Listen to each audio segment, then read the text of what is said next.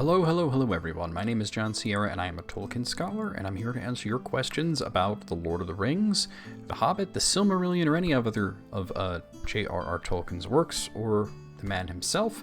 We only have 15 questions, which is actually the amount that I would normally like to do. Sometimes I go over that amount because there's a lot of questions that I wish to include, and there were a lot of questions I wish to include. It's just that I had taken a day off on Monday this week, so there were slightly less to choose from. So I was able to get it down to just 15.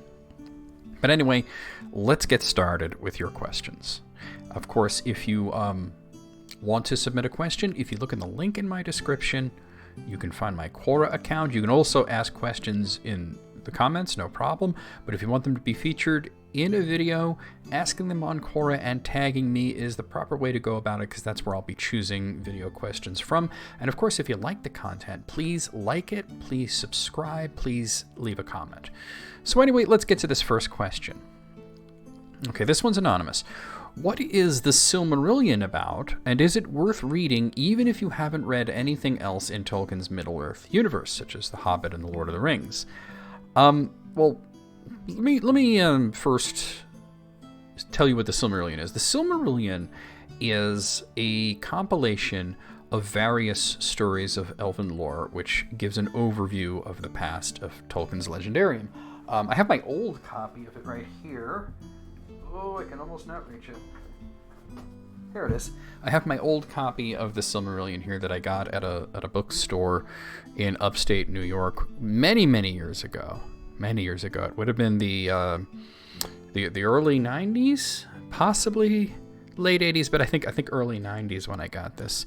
And the book is actually older than me, but I do have a newer copy, a nice, beautiful hardcover, but it's over by the bed because I've been reading it a lot recently.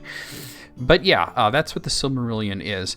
It is broken into several different sections. There's Ainulindala, which tells the creation myth of Ea, which is the universe, and Arda, which is the world, and the origin of the animosity between Melkor and his creator Iluvatar.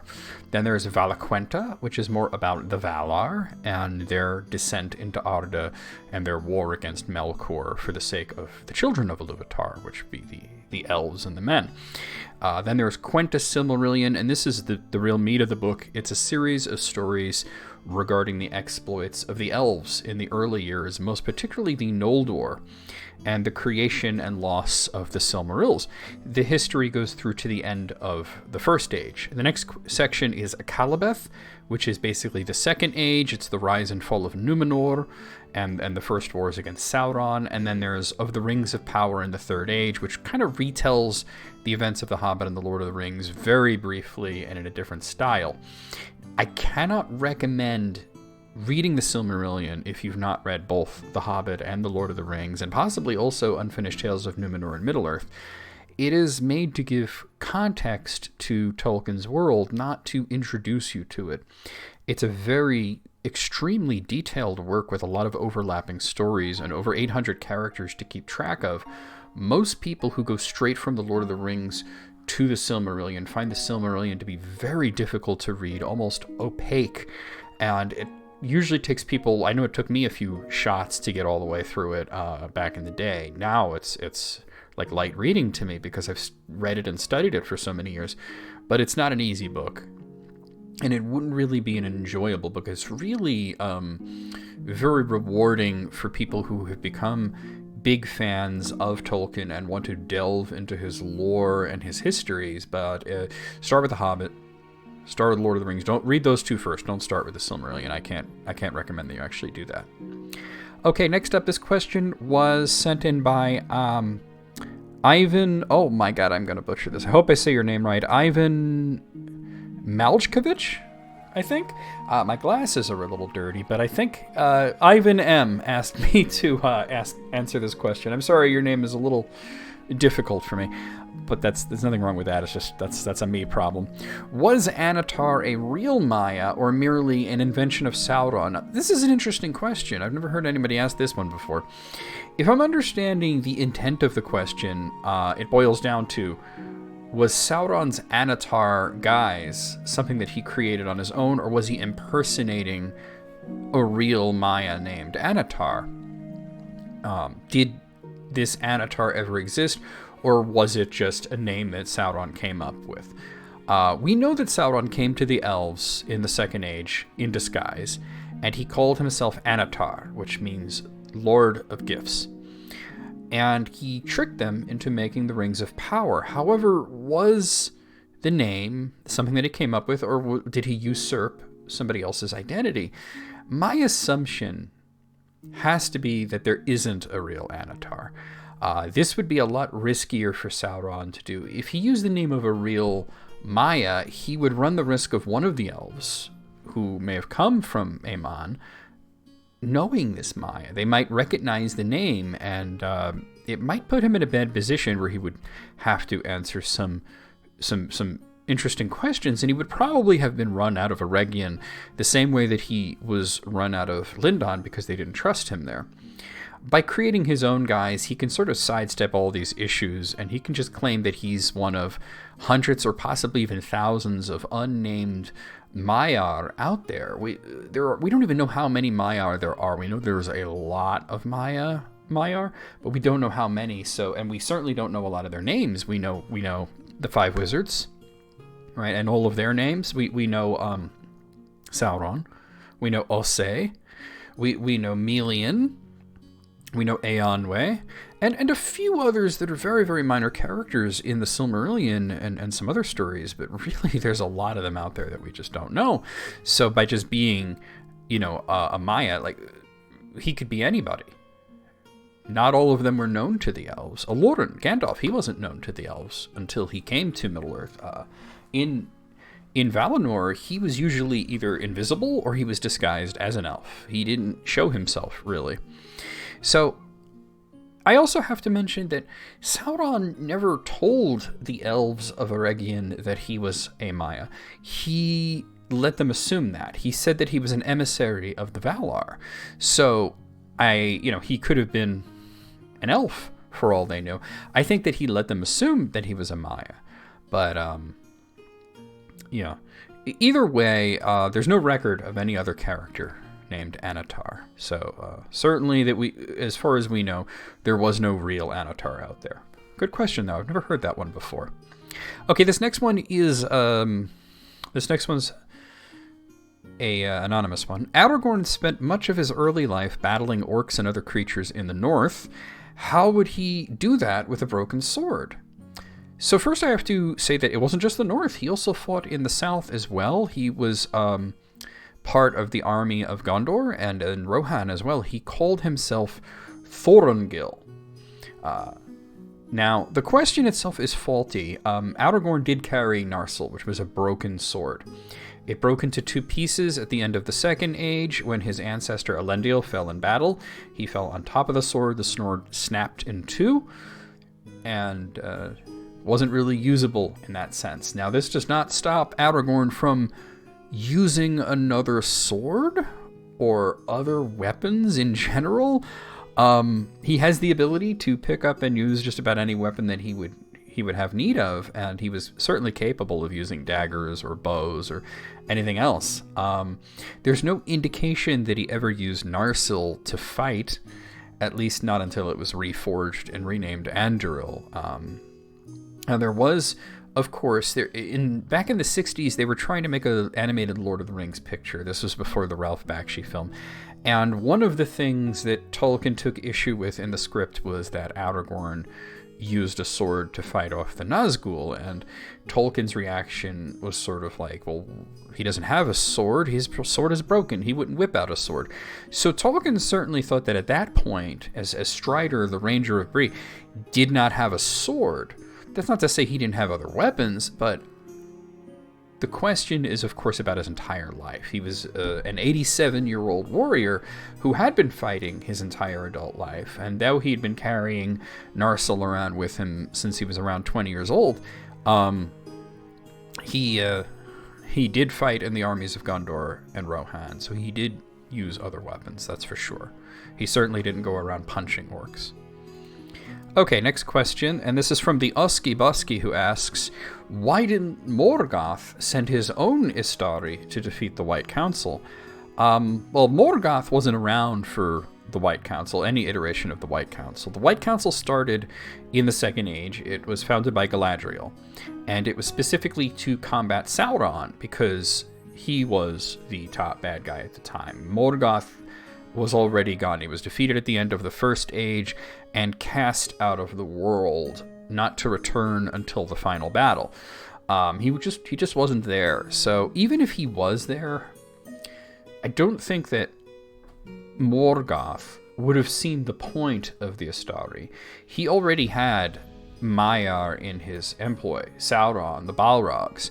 He would not see the purpose of limiting their power and binding them to real bodies that could be killed or could get hungry or thirsty or tired, and it was just, why would he do that? He was all about power. The Istari were all about wisdom. And to be honest, if he needed a more low-key sort of like a spy or something, that's what he had Sauron for. So it doesn't make a lot of sense that he would sort of match the Istari by creating dark versions of them. He'd be more likely to try to capture them and torture them into his own service. Okay.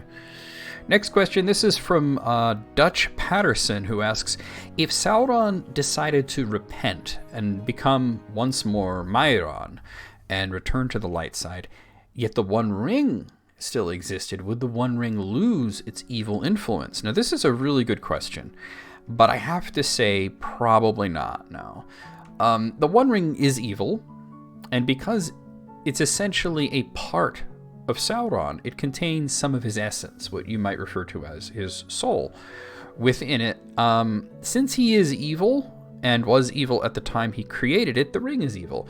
However, if Sauron was to, later on, to refute evil, does this change the nature of the One Ring? If he had the One Ring, when he made this decision, he might actually know a way to break it and reabsorb his essence into himself and be whole again. But he didn't have the ring. It's separate from him physically, at the very least.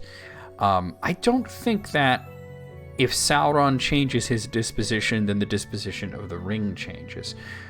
Because if he had that sort of connection to it, if he was that close to it, then I think he would be aware of where it is. And he was not aware of where it was until the very end, right before it was destroyed. And that was only because Frodo claimed it. I do find the timing interesting, though, regarding the One Ring suddenly abandoning Gollum at around the same time in the history that he became more active, that Sauron, not Gollum, became active. But we know for a fact that Sauron was not aware of where the One Ring is, and he may have even thought that it was lost forever or possibly even destroyed. At least according to some of the wise, they thought that he may have thought it was already destroyed, which proves that he had no idea what would happen to him if it was destroyed. So, he learned later on from Gollum that it was still around and had been recovered. This also, goes to show you that that's how disconnected he actually was from the ring. He was unaware of the incredible effect that it would have on him. So with all of this put together, I have to say that the One Ring would probably remain unchanged were Sauron to suddenly see the light. Okay. Next question is from... Okay, so this is an interesting one because sometimes I get a question from more than one person, and in this case, more than one person requested me to answer this. Both Coney Islander and Dutch Patterson asked, what is the Quenya language for build me an army worthy of Mordor? Of course, that was a line from the Two Towers film. So translating an entire sentence like that into any of Tolkien's languages is not as cut and dry as you would think. It's a lot tougher than you may think. There are a lot of words that are not glossed, and these languages often leave out smaller words like an and of. Or those words tend to be implied, is what I'm getting at. And Mordor is a Sindarin word. So we're translating a sentence that's a mixture of English and Sindarin. So the first thing we'd have to do is translate Mordor into English, and then we have the full English sentence, and then find a way to make that work in Quenya. So to get a sentence that's a rough equivalent of build me an army worthy of Mordor, and bear with me here, you would come up with something like craft for army desirable black land. And it sounds very weird, it's awkward, it's stilted, it doesn't make sense, but keep in mind that literal translations are like that. They almost always are like that. Just look at Old Entish. So what we would say in Quenya is Curve ni an amime rima moredor. Oh, I'm sorry, morenor. Let me say it again. Curve ni an amime irima morenor. And since it's fun, I prepared this for you. There it is written out in the Tangwar script, the Feanorian letters. So if you are interested in that, there it is. You could screenshot it real quick and, I don't know, get it as a tattoo or whatever it is that you were thinking of. But yeah, thank you. That was an interesting. I always like messing with the languages. Okay, next question. This one is from Stuart Schiffman, who asks, why didn't Gandalf and Galadriel hear the voice of Sauron through their rings of power? Well, Galadriel did, along with Gil-galad and Círdan and a bunch of other elves, actually. All of the elves who were bearing rings of power heard Sauron's voice through the rings when he created the One Ring, and he said those words, "One ring to rule them all." Of course, it was in the Black Speech. That's why they took the rings off. They didn't use the rings until after they thought it was safe, when Sauron was defeated and the One Ring was thought to be lost forever. Now Sauron, at this point, he realizes that the elves had kind of found the loophole in his plan by taking the rings off and not wearing them or using them, so he stormed into Eregion, and he stole as many rings as he can get his hands on, which was all of them except for 3 that were hidden away, and Celebrimbor just refused to disclose the locations of the 3. After Sauron lost the One Ring, he no longer had any control or power over any of the rings of power, so the 3 bearers, the 3 rings became safe to use by their bearers, which is why Galadriel started using her ring again. Círdan wound up passing his ring to Gandalf, and Gil-galad, he had already passed away at this point, but before he passed away, he had given his ring to Elrond.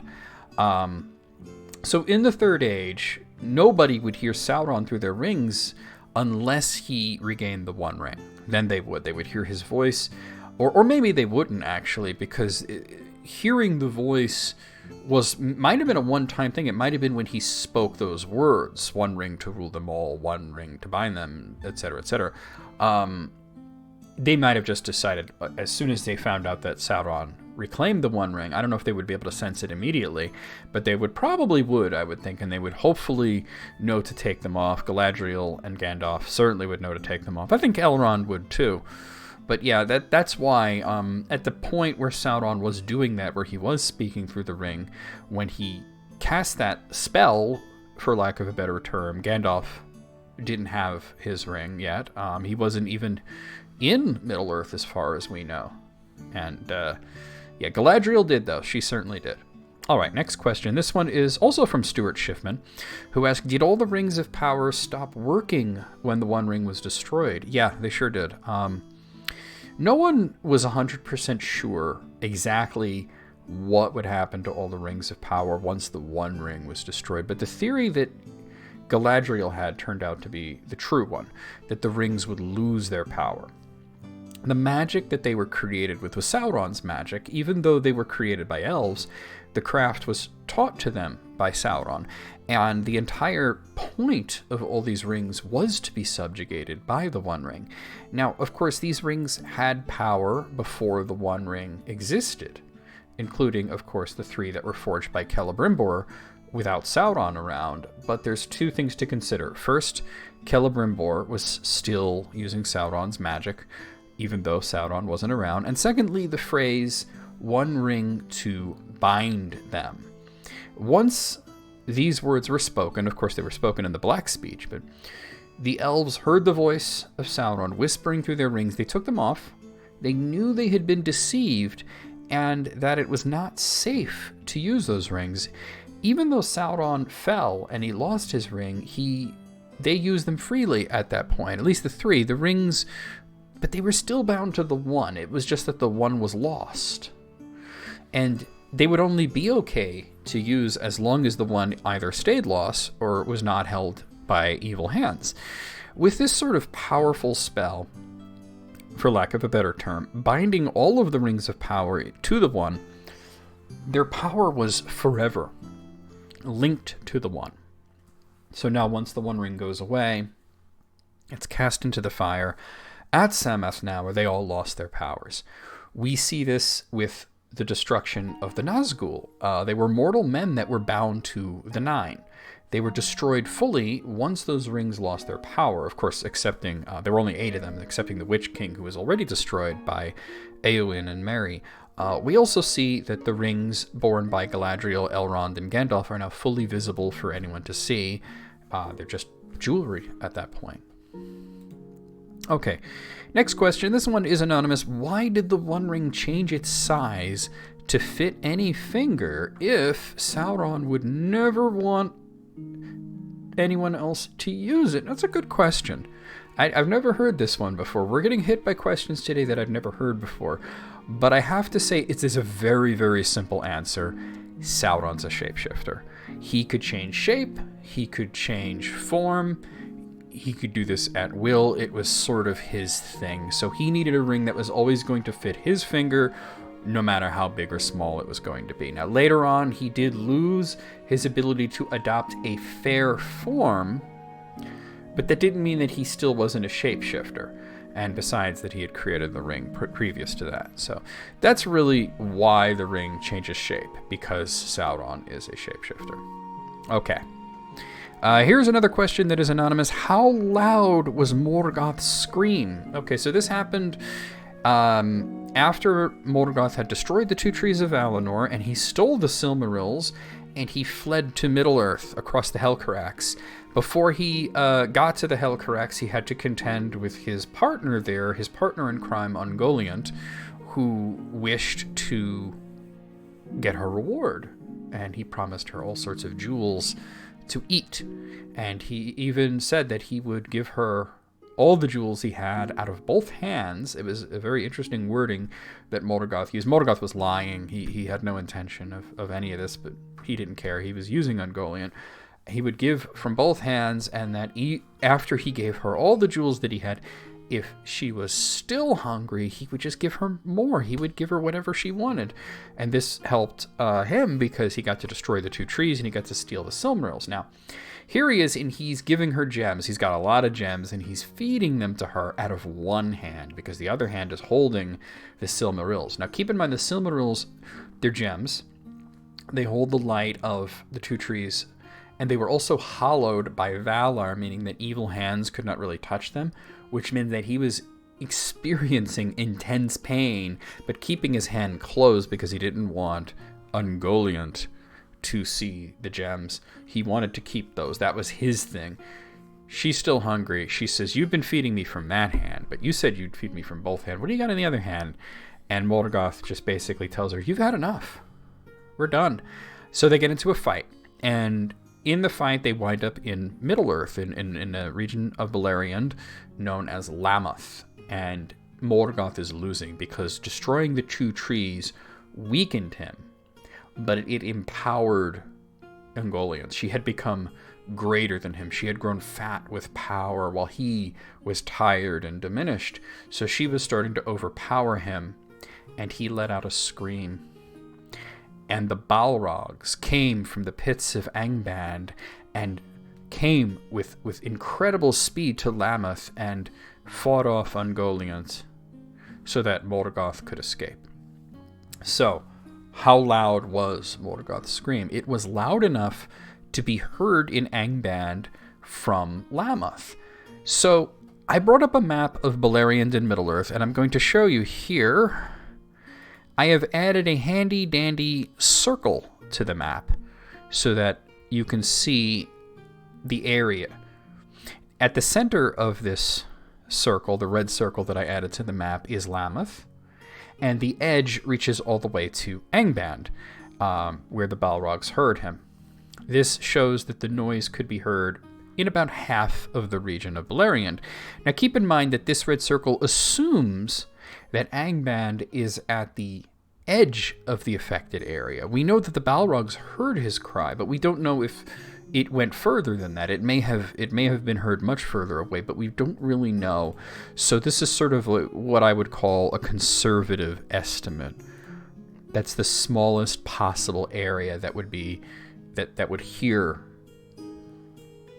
the scream.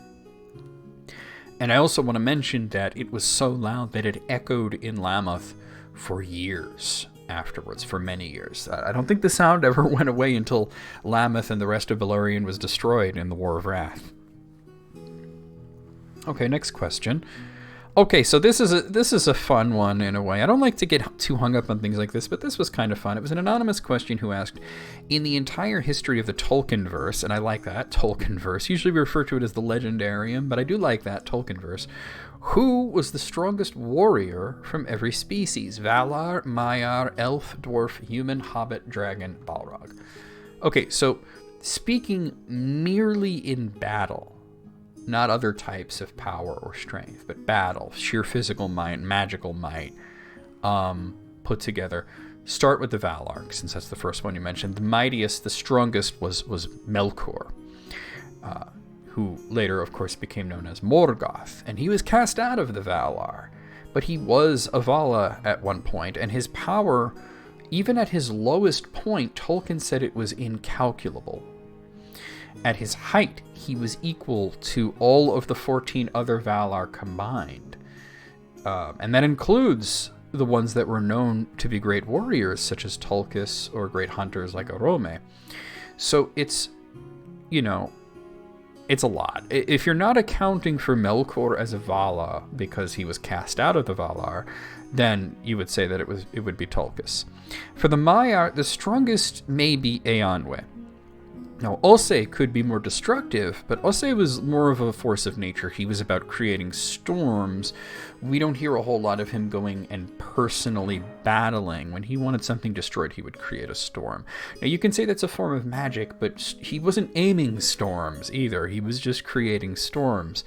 That was his thing.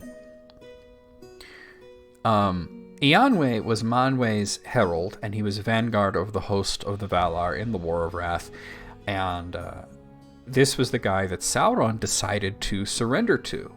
Now, Eonwe did reject the surrender, told him it had to be the Valar that he surrendered to, and he never wound up doing that. But that is, showing that that's where Sauron went to surrender, really shows how important Eonwe was. So, for the elves, the mightiest elf would, of course, be Fingolfin. Fingolfin was so powerful in his full wrath, he was mistaken for Orome, one of the Valar, and he is the only person known to engage in combat with Morgoth, who was not, and I say person, I'm not talking about an Ainu, I'm not talking about one of the Maiar or one of the Valar, I'm talking about one of the children of Ilúvatar. Fingolfin lost the battle, technically speaking, but he managed to grievously wound Morgoth 7 times. If Morgoth was capable at this point of dying, he would have died 7 times over. And then he also had a permanent limp at the end of it. He was scarred. He was all messed up. So definitely Fingolfin. The mightiest dwarf was probably Dain. Dain the Second Ironfoot. Dain was described as being like a force of nature with his axe on the battlefield, much like his third cousin, once removed, Gimli. He was a marvel with an axe, and he wielded it expertly in the War of the Ring in Erebor. Now, unlike Gimli, Dain at this point was 262 years, which is very old for a dwarf. Their average lifespan is 250 years, so showing that he was a greater warrior than Gimli in his old age, while Gimli was in his prime. That's really very impressive. The mightiest human. Now, this one's a little bit up to debate, but I would say Hurin. There's a few different characters named Hurin, but I'm referring to First Age Hurin. Hurin was called the greatest warrior of all mortal men, though in the unfinished idea that Tolkien had for Digor Digoroth, or the final battle, the Battle of Battles, Tolkien surmised that Morgoth would be finally and permanently slain by Hurin's son, Turin Turambar. So if that came to pass, you would absolutely have to say that Turin was the mightiest mortal, but he would also have to return from death to do this, so maybe there would be an asterisk next to his name in that case. The mightiest hobbit is hard to quantify. A lot of people would say Meriadoc or Peregrine. I'm going to say it was definitely Bandabras Took. He was also called Bull Roarer. Bandabras was an unusually large hobbit. He was the largest hobbit ever who didn't cheat a little by drinking some Ent draught. He could ride a full-size horse, and he was very warlike. He fought orcs, and at one point he beheaded an orc named Gulfumble and sent the head flying 100 yards into a rabbit hole, which invented the game of golf, because his name is Gulfumble, and the head went in a hole. Now, think about decapitating an orc, and then I want to point out that he wasn't using a sword or an axe, he was using a club, so that had to take a lot of strength for a hobbit to swing a club so hard that not only does it cleave off the head of the orc, but sends it 100 yards flying. That's a lot of strength. The mightiest dragon was Ancalagon the Black. He was the first winged dragon. Not the first dragon, but the first dragon with wings. And he was the mightiest. And he was the most terrifying worm to ever grace Middle-earth. Apparently, during the 40-year War of Wrath, he was sort of Morgoth's main enforcer. He was the main power. And when he was finally defeated, it took the combined might of all of the Eagles of Manwë, plus Earendil with the Silmaril in his flying ship, a full day of battle to take the dragon down, and that he was so great that when he fell in his ruin, in his thrashing, he destroyed Thangorodrim, which was the system of volcanoes there where Morgoth's fortress was. So, very terrible in battle there, and Calagon the Black. Lastly, the Balrogs, they're mostly unaccounted for. They're not all named. We don't even know how many there really were. No more than 7, 5, 6, or 7. Those are the most likely numbers. But surely the one that they called the Lord of the Balrogs, that would be Gothmog, would be the mightiest. Not to be confused with Gothmog from the Third Age, who was a lieutenant of Morgul, but Gothmog the Balrog. Tolkien did reuse names here and there. Gothmog doesn't have a lot of great feats to his name. He was killed in the fall of Gondolin to mutual destruction by the elf Ecthelion, but since he was the top Balrog, we'd have to say that it would be him. Okay, next question. This one was asked by, I hope I'm saying this right, Erkin Yilm? I hope I said your name right. This is a really interesting one. Why was the Game of Thrones TV series made, even though the Game of Thrones universe is very unnecessary compared to the Middle-earth universe? Why aren't movies of the Silmarillion being made instead? Look, I can't speak to Game of Thrones. I tried reading the first book, the one that was called The Game of Thrones. I thought it was terrible. I didn't get very far, and I never watched the TV show because why would I watch a show based on a book that I didn't even like? So the real crux of the question, though, is where's my Silmarillion movies? Understandable. I feel the same way, but I can hopefully shed some light on it. There are many fans who love the Silmarillion and its stories and would love to see them on the big screen or the small screen even, especially if it was done as a proper set of films or a good long TV show. Now, I've spoken a few times in the past about how I would personally break up the Silmarillion into stories that would make for good movies.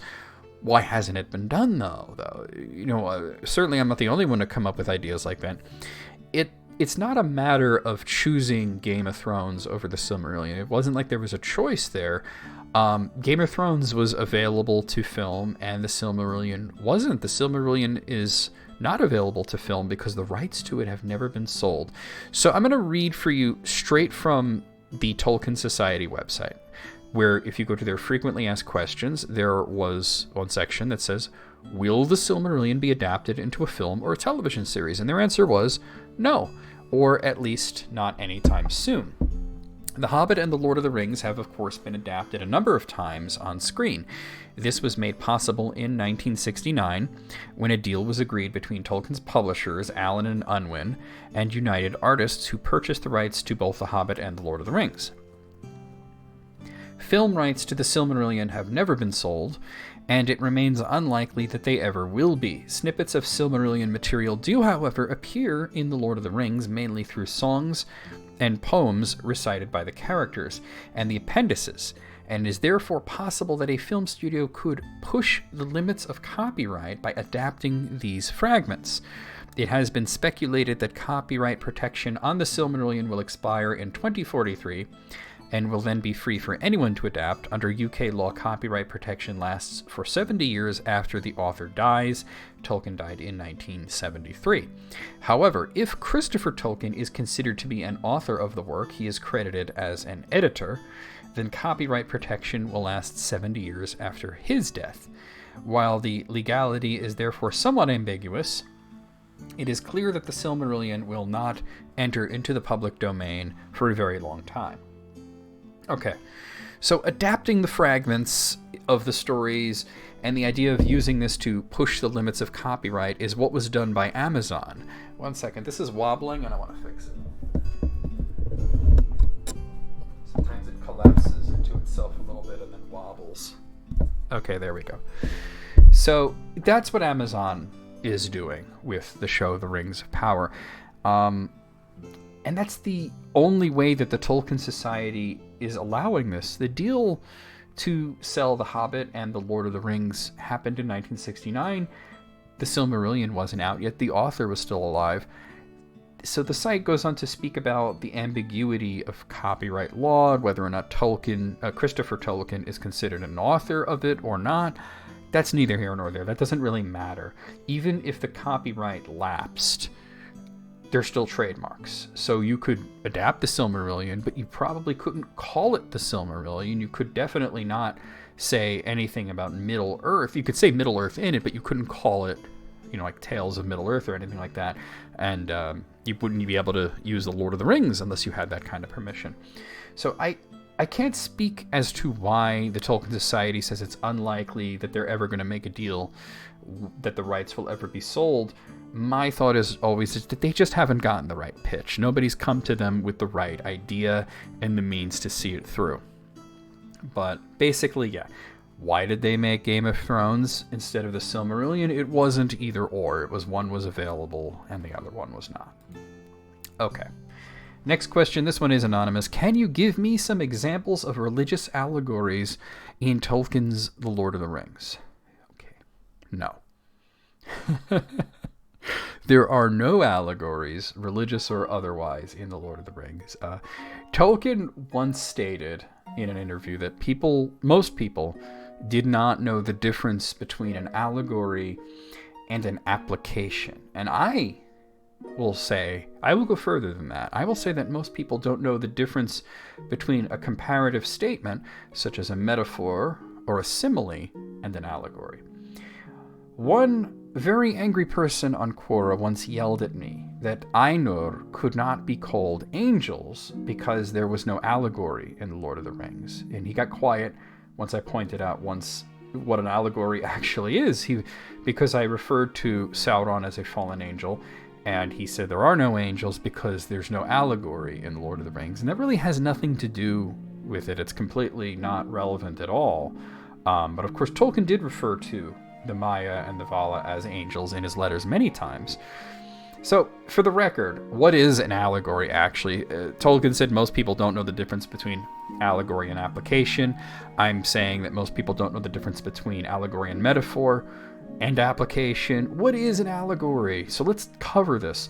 An allegory is when the author uses text and subtext to impart a moral or socio-political lesson to the readers. Now, let's not confuse this with a work being literary didacticism.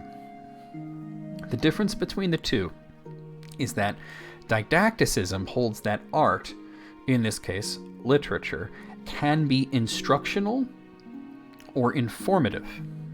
You can learn from it. It does not imply a very specific lesson. from the author, which is how we get application, what Tolkien liked to speak of. An application is a form of didacticism where one can take a lesson from a work and apply it to their everyday lives in any number of real-life situations.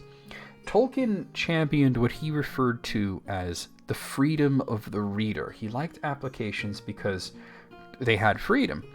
A lot of people came up with the idea that because of the author's background and because of when The Lord of the Rings was written and when The Lord of the Rings was published, that The Lord of the Rings was an allegorical take on World War II.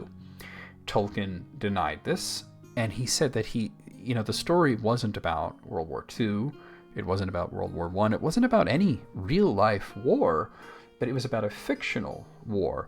Seeing parallels in the work does not mean that the author was insisting that those parallels are true. You could apply the story of the fictional War of the Ring to a lot of different things in your life, if you wish to. That being said, the religious aspect of The Lord of the Rings tends to be kind of overplayed, in my opinion. One person once insisted to me that The Lord of the Rings was a theological work.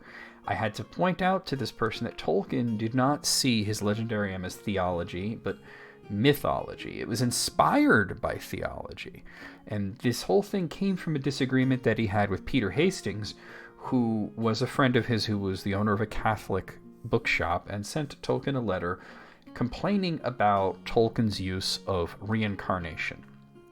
And Peter Hastings thought that putting reincarnation into a Catholic work was bad theology. And Tolkien did not deny this. He agreed with it, as a matter of fact, but he stated that it was not the intent of him, or it wasn't his intent or his habit to write theology. He was writing mythology. That being said, the legendarium is a myth, and it's inspired by a great many things: historical, mythological, theological, but it is none of those. It's not historical, it's not mythological, it's not theological, it's literary. Now, I said he was writing myth, but he was writing, we know who wrote it. We know Tolkien wrote it. He cheekily says, Bilbo wrote it or Frodo wrote it, I just translated it. That's how it's myth to his fans, but we know that he was the author, of course. So it's literature. It's not really mythology in that sense. There's no culture of people that believe it, at least not yet. That could happen. Crazier things have happened, but it's literary.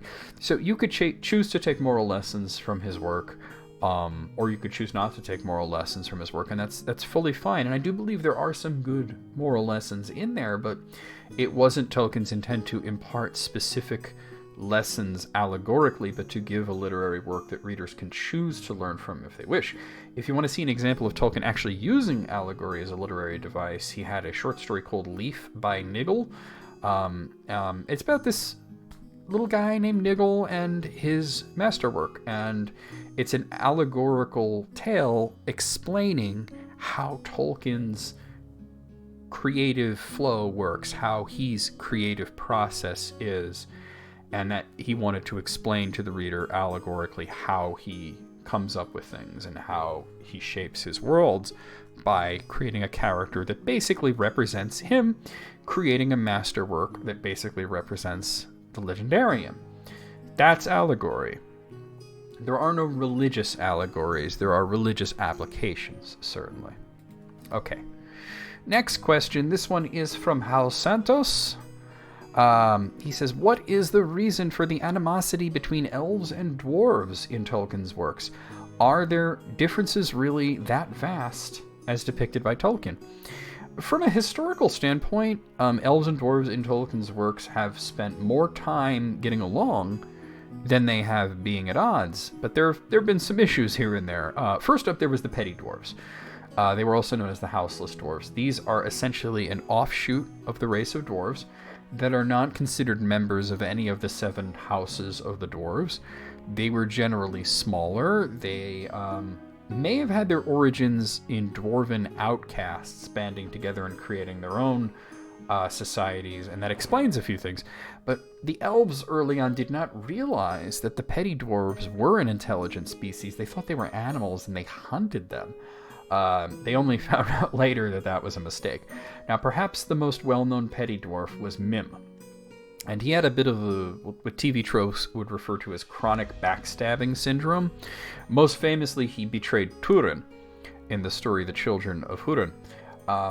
In that case, you can kind of have some sympathy for Mim, because Turin and his band of outlaws were responsible for his son's death, and they basically took over his house and just kind of wrecked Mim's life. But Mim also betrayed Finrod. After building Nargothrond for a reward, Mim attempted to kill Finrod in his sleep, and the petty dwarves were expelled from the region. So the second big issue was the Nauglamir. Now, the Nauglamir was this fantastic bracelet that the dwarves made, and King Ilúthingol of Doriath came into possession of a Silmaril, and he wished to affix the Silmaril onto the Nauglamir, which would be this big, like, representation of the friendship of elves and dwarves. It would be the finest thing that the dwarves ever crafted being affixed with the finest thing that the elves ever crafted, and putting them together.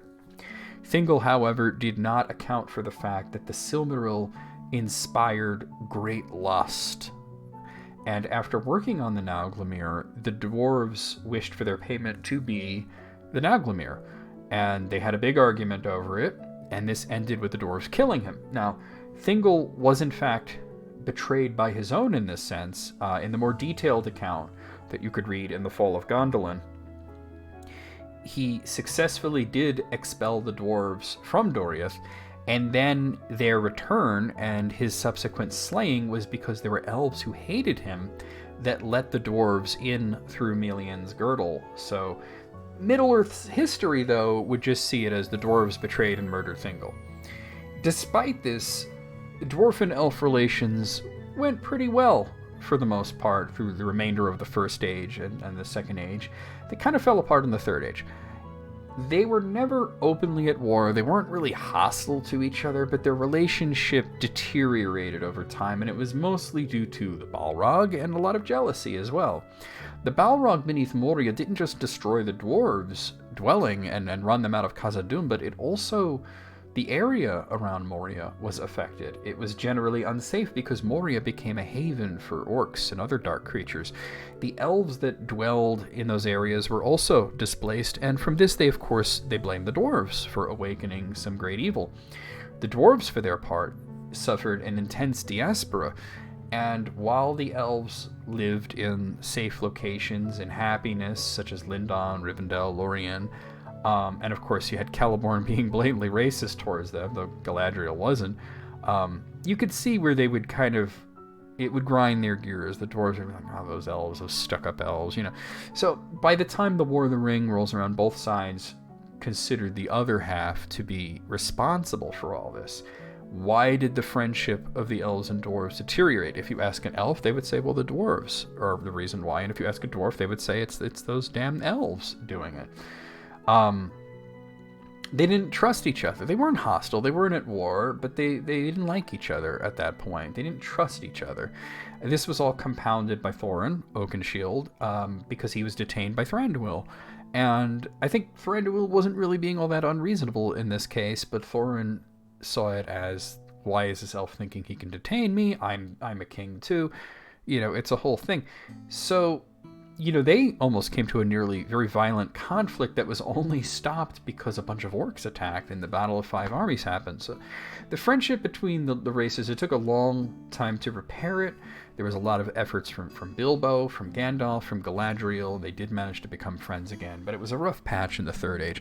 But for most of history, the elves and the dwarves mostly got along. Okay, final question, and this one's a doozy, and this one's from Laura Hefner. So Laura asks, are there any proofs that Tuor was made a member of the Firstborn, meaning that he was an elf? So, for proof, it depends greatly on whether you want in-universe proof or out-of-universe proof. So if you're talking out-of-universe, it's easy to find. We know that Tuor became counted amongst the Eldar because Tolkien said so. Kinda. The source of this would be letter 153, which was to Peter Hastings. We just talked about Peter Hastings a little while ago. He was the manager of a Catholic bookstore, and he had become friends with Tolkien. And this was the one where they greatly discussed metaphysics and theology, most particular in reference to Tolkien's usage of reincarnation as a device, which Peter Hastings disagreed with, and Tolkien reminding him that his works were inspired by theology, but were not actual theology, but they were literary. Anyway, we talked about that enough. There's quite a bit more in the letter. There was a lot that was covered, and believe it or not, this letter was not sent. It was one of Tolkien's unsent letters, because he felt that his tone in the letter was too self-important and he was embarrassed by it. But it is in the book, The Letters of J.R.R. Tolkien. So one of the discussions was the nature of elvish immortality vis-a-vis human mortality and the pairing of the two. So I'm going to read you an excerpt from letter 153 from The Letters of J.R.R. Tolkien. In the primary story of Luthien and Beren, Luthien is allowed as an absolute exception to divest herself of immortality and become mortal. But when Beren is slain by the wolf warden of the gates of hell, Luthien obtains a brief respite in which they both return to Middle-earth alive, though not mingling with other people. A kind of Orpheus legend in reverse, but one of pity, not of inexorability. Tuor weds Idril, the daughter of Turgon, king of Gondolin, and it is supposed, not stated, that he, as a unique exception, receives the elvish limited immortality. An exception either way. Yarandil is Tuor's son and father of Elros, first king of Númenor, and Elrond, their mother being Elwing, daughter of Dior, son of Beren and Luthien. So the problem of the half-elven becomes united in one line. The view is that the half-elven have a power of irrevocable choice, which may be delayed but not permanently, which kin's fate they will share. Elros chose to be a king, and longevous, but mortal, so that all his descendants are mortal, and of a specially noble race, but with dwindling longevity. So Aragorn, who however has a greater lifespan than his contemporaries, double, though not the original Númenorian treble, that of men. Elrond chose to be among the elves, his children with a renewed elvish strain, since their mother was Celebrian, daughter of Galadriel, have to make their choices. Arwen is not a reincarnation of Luthien, that is, in the view of this mythical history, would be impossible, since Luthien has died a mortal and left the world of time, but a descendant very like her in looks, character, and fate. When she weds Aragorn, whose love story elsewhere is recounted, is not here central and only occasionally referred to, she makes the choice of Luthien. So the grief at her parting from Elrond is specially poignant. Elrond passes over sea, the end of his sons Elladan and Elrohir is not told, they delay their choice and remain for a while. So, in there, Tolkien stated it was supposed, but not stated, that Tuor must have been made immortal, though he interestingly calls it limited immortality. Now, by what he means by this, I can only guess. But my supposition would be that Tuor was already an old man at the time of sailing west, so the limit may have been that while he was now immortal, and therefore an elf, his youth was not restored. In universe, we have some scraps and a lot of conjecture to go by. The Silmarillion says pretty much exactly what Tolkien describes in the letter. It was said that Tuor was given this grace, but in the context of an in-universe legend. So I'm going to read you the relevant passage from the Silmarillion. In those days, Tuor felt old age creep upon him, and ever a longing for the depths of the sea grew stronger in his heart.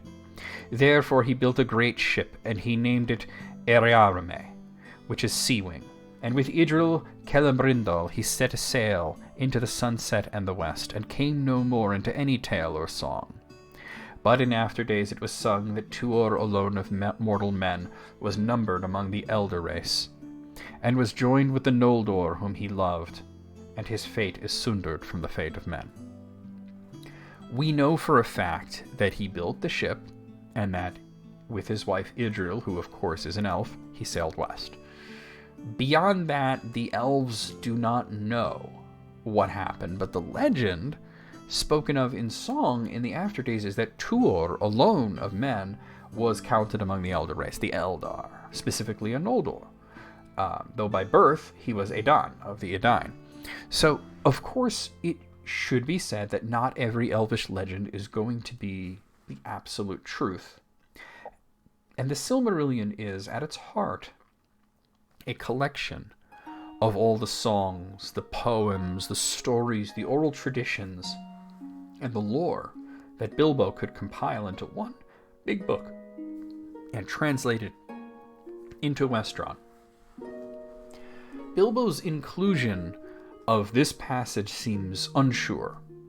He knows that the elves claim that Tuor was made an elf, but he can't be sure as he has no independent sources that verify this. Of course, Bilbo himself would eventually sail west, and he may have met Tuor, and then he would know for sure, but he had already passed the draft of the Silmarillion to Frodo, and then Frodo gave it to Sam, and after this the Red Book, and its stories were disseminating throughout Middle-earth, and they were added to by men such as Faramir's grandson.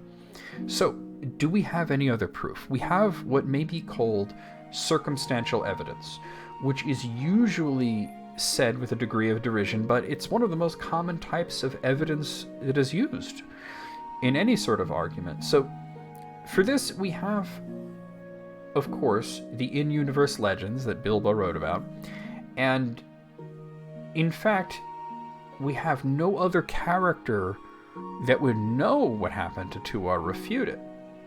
His son Eärendil, for example, his father's name did come up when Mandos and Manwë were discussing what to do with him and Elwing after they sailed west. I'm going to read you another passage from the Silmarillion. It is told among the elves that after Eärendil had departed, seeking Elwing his wife, Mandos spoke concerning his fate, and he said, "Shall mortal man step living upon the undying lands and yet live?" But Ulmo said, "For this he was born into the world. And say unto me, whether is he Eärendil, Tuor's son, or of the line of Hador, or the son of Idril, Turgon's daughter, of the elven house of Finwë?" And Mandos answered, "Equally, the Noldor who went willfully into exile may not return hither." But when all was spoken, Manwë gave judgment, and he said, "In this matter the power of doom is given to me. The peril that he ventured for love of the two kindreds shall not fall upon Eärendil, nor shall it fall upon Elwing his wife, who entered into peril for love of him. But they shall not walk again, ever amongst elves or men in the outer lands.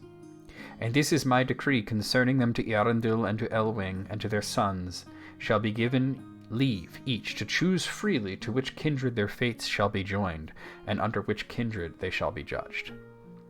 So the argument is made by Mandos that Eärendil is mortal, and therefore he has broken the law of the Valar by coming to Eobard. But of course we know that Manwë chose otherwise. But what is interesting is Ulmo's interjection, and Ulmo was almost never in council with the Valar unless he found it to be extremely important.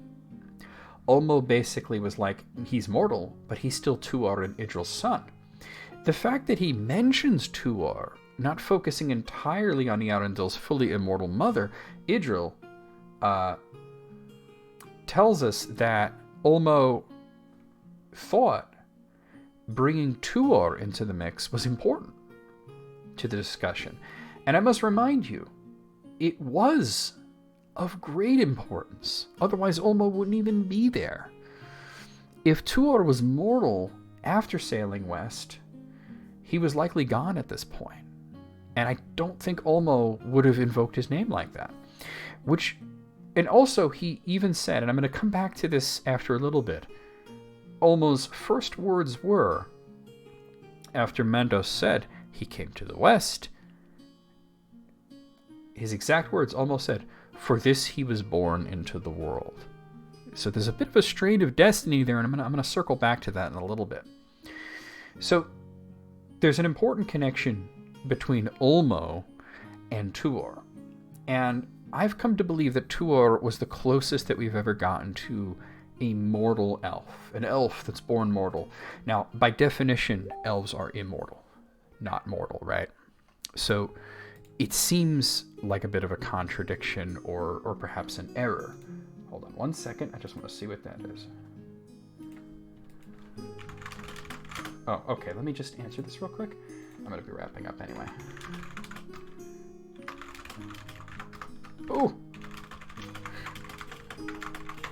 I'm typing on the wrong home keys. That doesn't work. So, it's important to talk about the whole idea of a mortal elf. So I think it's sort of like a mistake. Like, he was born incorrectly. And I think it was always Tuor's destiny and his purpose to be a firstborn child of Iluvatar. So here are some bits of evidence. Tuor was considered elf fair. Now, in itself, that's nothing. There have been many humans who had beauty that approached or resembled that of the Eldar, but taken together with everything else, it just adds to the case that I can build here. Secondly, Tuor was the first Edan to come to the shores of the sea and met Ulmo in person. The Valar never really showed themselves to mortals. Even among them, only Orome and Melkor had ever shown themselves to the elves, and of course we know that the elves who saw Melkor met a terrible fate. Ulmo deciding specifically that a mortal would be his emissary to deliver his words to Turgon is incredibly telling. Third, building off of that previous point, Ulmo could have delivered the message himself. He could have had Osse do it. He could have any Maiar do it. He could have had an elf do it. But the fact that he chose Tuor specifically, not just a mortal, but Tuor specifically, is very telling. Fourth, Ulmo's foresight was great. And we talked about this. This is what he was born into the world for. Tuor's journey led to the entire concept of half-elves existing. It led to Numenor. It led to so many things, and it could be argued that Tuor coming to the sea and then traveling to Gondolin was not really about him, but it was about all those other things, especially Eärendil. And I must remind you, his fate was chosen by the Valar in a meeting that Ulmo attended, and he almost never attended meetings. So, because he would be the one to convince the Valar to intervene in Middle-earth. It was Eärendil going there that led to the War of Wrath, that led to Morgoth's defeat. Next, number 5, I believe I'm up to. Ulmo's raiment and weaponry for Tuor was that of an elf, and he was mistaken for an elf initially by Voronwe, who became his companion, and Voronwe may have even sailed west on the same ship as Tuor did, according to the book The War of the Jewels. 6. Tuor marrying an elf was actually foreseen. It was prophesied by his father, Huor, who told Turgon that from you and from me a new star will arise, referring to his son Tuor and Turgon's daughter Idril being wed, and their grandson, Eärendil, being referred to as a star, as he would bear a Silmaril into the sky on his flying ship. The importance of the light of Eärendil reaches all the way into the Third Age. It was used to defeat Shelob. And finally, most importantly, and this is the big one, before he traveled with Voronwe to Gondolin, before he took on his elvish raiment, before even meeting Ulmo, upon coming to the sea, the first man to ever see the sea, he got the unquiet of Ulmo, the sea longing. He saw the sea, he saw the gulls, and he had an urge. Now, let's talk about this, because this is the most important one. The unquiet of Ulmo. It's a powerful nostalgia imbued into elves for the sea and the journey to Aemon. This was imbued upon elves who had never even been to Aemon, such as Legolas. Legolas saw the gulls. He was warned about the gulls by Galadriel, to beware the gulls, but upon seeing them he was filled with a longing in his heart to return to a place that he'd never been. This is a method by which Ulmo is trying to bring the elves home, to Aemon, to be away from Morgoth and Sauron and the tainted land that was Middle-earth. Why would this be imbued onto a mortal man if he was not meant to be an elf? He was just born mortal. So as a postscript, I will add that Tuor didn't seek immortality specifically, because that's like one of the great sins of Tolkien's world. That's what the men of Numenor did. But it was granted to him anyway, directly by Iluvatar, who alone had this authority. So for me, I have to say it's like it was an error. It was a mistake that he was born of the Edain and not of the Eldar, and we fixed it. So, that being said, I love that question. It's probably my favorite question from this week. We're going to stop here. That was 15 questions, and all out of questions for you guys. I did enjoy this very much. If you enjoyed it, leave a like, leave a comment, subscribe if you haven't, and I will see you guys soon